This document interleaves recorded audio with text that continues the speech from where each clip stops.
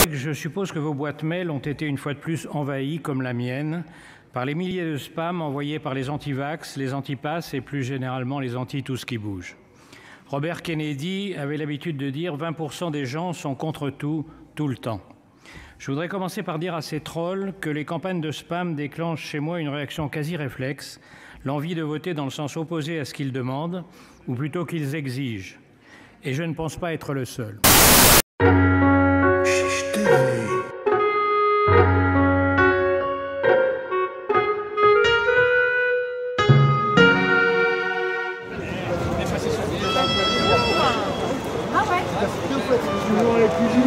C'est pour Chiche TV, vous pouvez vous présenter chichement? Vous voulez savoir quoi exactement? Un pseudo, un prénom? Angélique, je m'appelle Angélique. Ok, bonjour Angélique. Qu'est-ce que vous faites là? Donc vous êtes venu à une manifestation anti-pass. Vous pouvez nous expliquer? Manifestation anti-pass. On est là pour soutenir Florian Philippot. À savoir qu'on n'est pas contre la vaccination, mais le droit de se préserver et le choix de chacun de le faire ou pas. Voilà. Vous êtes déplacé alors qu'il pleuvait Mais c'est quelque chose de logique, je pense. Il ne faut pas venir que quand il fait beau.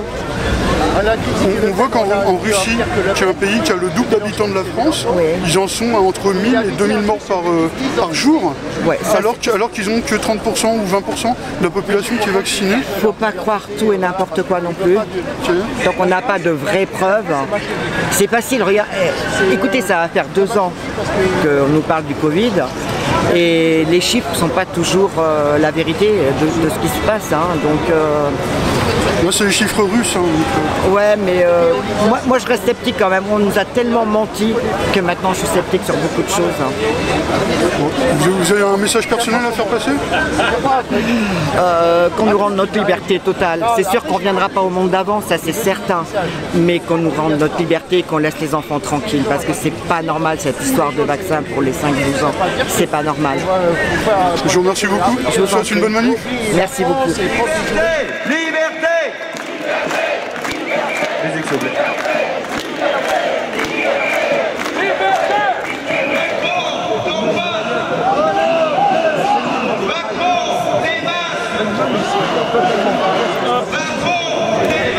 Bonjour, c'est pour Chiche TV. Vous pouvez vous présenter chichement? Pour être très simple, je m'appelle Vincent Beauclin, j'ai 31 ans, je préside le mouvement national-démocrate depuis 1 an, puisqu'auparavant je présidais une organisation nationaliste qui s'appelle la Dissidence française. Aujourd'hui nous sommes un parti politique, donc j'ai été candidat aux élections européennes en 2019 sur la liste de la Reconquête. Et depuis le mois de janvier, nous participons à tous les rassemblements contre à la fois le pass sanitaire, mais bien avant la dictature covidiste, hein, la dictature sanitaire, parce que nous savons très bien ce à quoi ça va nous mener, c'est-à-dire le crédit social à la chinoise, et puis une forme de société d'apartheid où en fait on peut discriminer des Français par un système de ségrégation sur le fondement de l'orientation de leur état de santé, de leur orientation par rapport aux vaccins, de leurs opinions sur les vaccins ARN messagers, etc. On va pouvoir interdire à des gens de prendre le train, d'aller dans des hôpitaux, d'aller au restaurant, d'aller au bar, simplement parce qu'ils ont fait des choix qui relèvent du secret médical. On trouve ça absolument scandaleux et surtout, ce qu'on sait, c'est que derrière, il va y avoir évidemment la question écologique.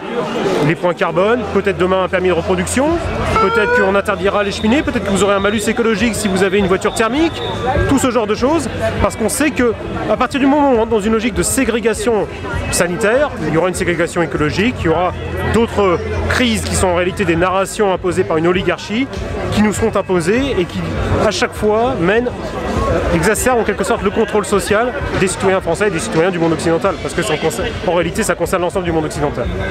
Est-ce que vous-même personnellement vous êtes impacté par les mesures sanitaires? Oui, absolument. Par exemple, typiquement je ne peux plus prendre l'avion.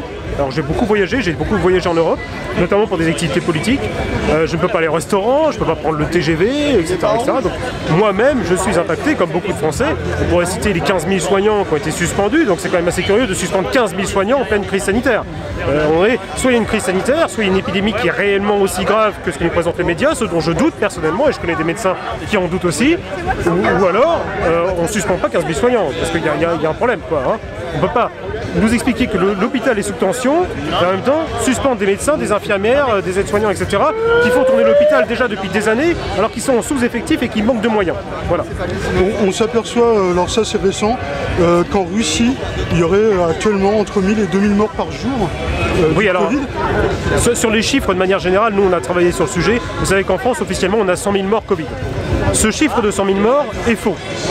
Nous, on a des bonnes caissas sur notre site natdem.fr, mais on ne s'est pas fondé sur des idées farfelues. On s'est basé sur des études qui ont été nombreuses, et en particulier l'une qui explique que, grosso modo, nous sommes entre 15 et 25 000 morts Covid en réalité. Ce qui est normal, hein, parce que tout simplement, vous avez beaucoup de gens qui ont été classés décès Covid, alors qu'ils avaient un cancer en phase terminale, mais qu'ils avaient en plus le Covid. De gens qui sont décédés de vieillesse, ou de maladies cardiovasculaires, de maladies respiratoires, comme il y en a tous les ans. Vous savez qu'on a une population en France qui est vieillissante, comme c'est le cas en Allemagne, comme c'est le cas en Europe. Les populations européennes sont vieillissantes. Nécessairement, il y a de plus en plus de gens dans les hôpitaux, il y a de plus en plus de gens qui meurent de maladies opportunistes, de maladies respiratoires, etc. Je rappelle que de surcroît, il y a eu des traitements qui ont été proposés, notamment l'azithromycine, l'hydroxychloroquine, d'autres traitements qui ont été proposés par le professeur Raoult, par le professeur Fouché, etc., par le collectif Réinfo Covid, que je salue.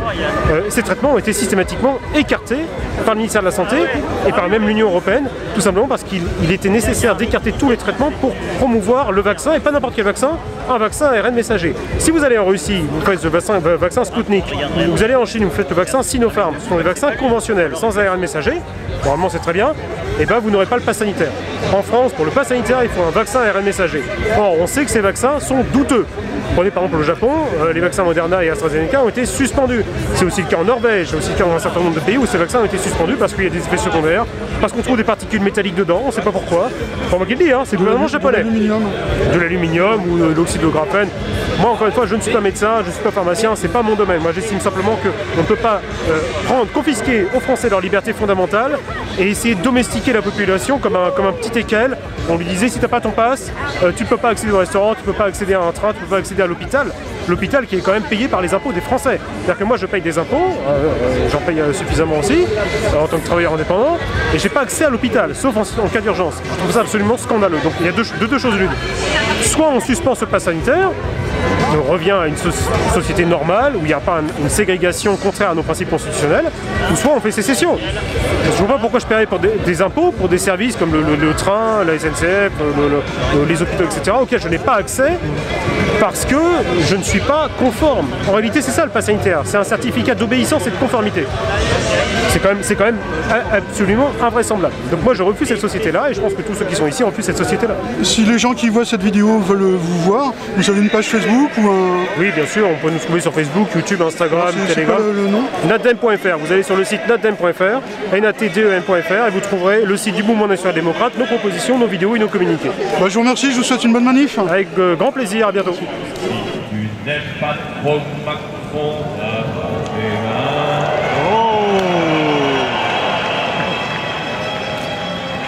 si tu n'aimes pas trop Macron, tape dans tes mains. Si tu veux qu'il démissionne et puis qu'il s'en aille très loin, si tu n'aimes pas trop Macron, tape dans tes mains. Si tu veux qu'on laisse les soignants soigner, tape dans tes mains. Qu'on arrête d'embêter le professeur Raoult, tape dans tes mains. Et plutôt qu'à la place, ce soit Véran qui démissionne, si tu veux qu'on laisse les soignants soigner, tape dans tes mains. Si tu veux ta liberté, tape dans tes mains. Si tu veux ta liberté, tape dans tes mains. Si tu veux ta liberté, si tu veux ta liberté.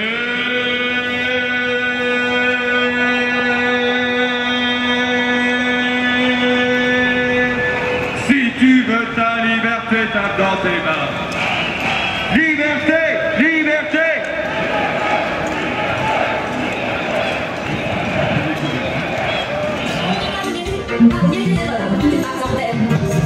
Tu réalises que l'amour n'est pas là, sans but de bouche, sans aucun espoir. Résiste, ou de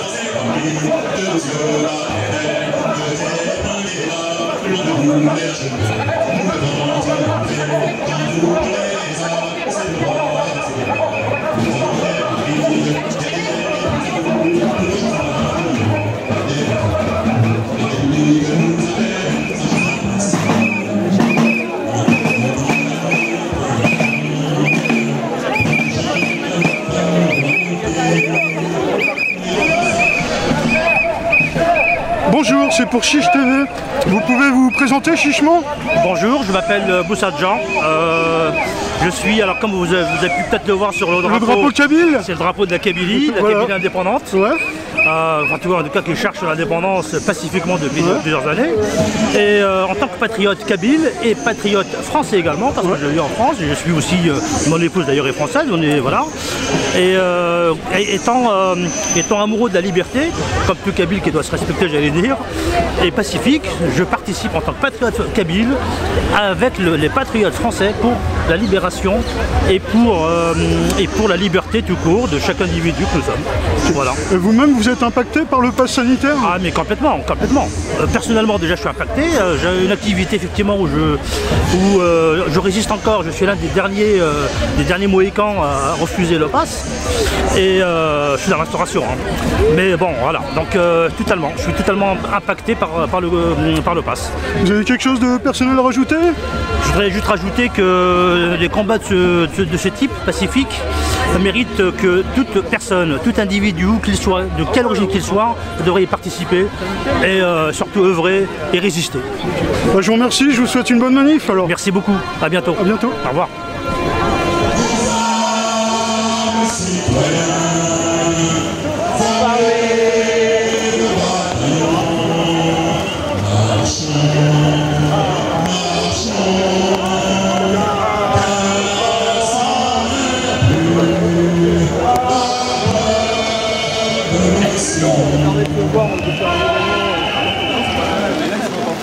Je vais moi-même abréger mon intervention simplement pour vous dire un grand bravo d'être là, évidemment y compris par ce temps et vous êtes très nombreux.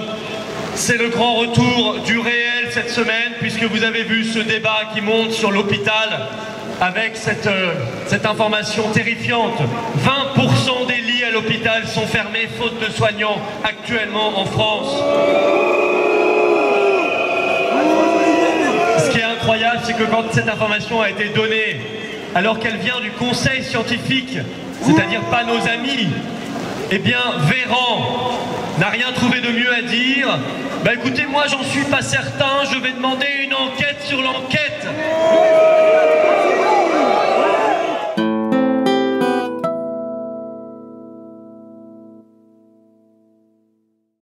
Malgré la pandémie, 5700 lits d'hospitalisation complète ont été fermés, selon une étude du ministère de la Santé. Mais on apprend de surcroît hier que les fermetures de lits, faute de personnel, seraient beaucoup plus importantes que ça, puisqu'on parle de 20% de lits fermés pour ces raisons. Et dans l'interview qu'a donnée le ministre de la Santé accompagnant ces révélations, il conteste, semble-t-il, ou il demande de les vérifier, les chiffres de cette étude qui était conduite par M. Delfraissy, donc pas n'importe qui, le président du conseil scientifique, et il répond dans cette interview « Personne ne connaît exactement les chiffres ». Et il demande le soir même le gouvernement de les vérifier. Ce n'est pas une petite question, la question des fermetures de lits après la pandémie. Donc là aussi, nous voulons un rapport qui disent clairement où nous en sommes sur cette question et qu'on arrête de balader les gens et la représentation nationale sur la réalité des fermetures de lits et qu'on y voit clair une fois pour toutes. Donc voilà pourquoi nous demandons un rapport sur cette question. Oui, alors on va se mettre d'accord de suite. Les chiffres ne sont pas fiables pour l'instant, vous le savez. Nous avons des remontées, nous sommes très sensibles à ces remontées. Parce que nous-mêmes, nous souhaitons, évidemment, au ministère de la Santé et des Solidarités, que le système tienne et qu'évidemment, quand on entend que du personnel qui est déjà très fatigué, que des remontées de chiffres sont alarmants, on s'y attarde. Seulement, je dois vous dire que ces chiffres de 20% qui sont partis du conseil scientifique. C'est une enquête flash qui a été menée sur quelques établissements de la PHG. Ça n'est donc pas révélateur. Et vous qui êtes très sensible aux chiffres et à la précision des chiffres, on ne peut pas non plus accréditer complètement le fait que ça puisse être 20... Est-ce que je peux terminer ma phrase? Parce que moi aussi, j'aime bien parler et vous répondre, et je sais dire autre chose que oui et non. Et donc, il y a une enquête de la DGOS en cours, qui est provisoire et qui donne un chiffre de 10 à 15 %. Personne ne saurait se satisfaire de cela. Nous avons un personnel fatigué, tout le monde le sait. Personne ne va nous apprendre combien le personnel est fatigué. Et donc, nous travaillons parce que nous avons envie justement de vous donner des chiffres précis. Vous avez rappelé, Madame Goulet, la sénatrice, que nous aurons le PLFSS bientôt. Nous serons donc en mesure et nous nous engageons à vous donner ces chiffres plus précis parce que ça ne demande pas d'improvisation. Et ce soir, je ne suis pas en mesure de vous les donner. Je vous donne les chiffres tels que nous les avons de la Direction générale de l'offre de soins. Peut-être que ça aussi, ça n'est pas vrai, ce n'est pas le gouvernement, c'est la DGOS qui vous situe ces chiffres entre 10 et 15 %. Et personne ne nie, jamais, c'est peut-être beaucoup, mais excusez-moi, ni l'attractivité ne se décrète en son sein, ni l'attractivité, ni la fatigue ne se décrètent ici. Donc excusez-moi, même si je vous donne des chiffres, nous sortons d'une pandémie de 18 mois, d'une autre situation. Nous essayons par la revalorisation et les investissements de faire face. À nous aussi d'avoir un autre discours quelquefois lorsqu'on parle de ces professionnels.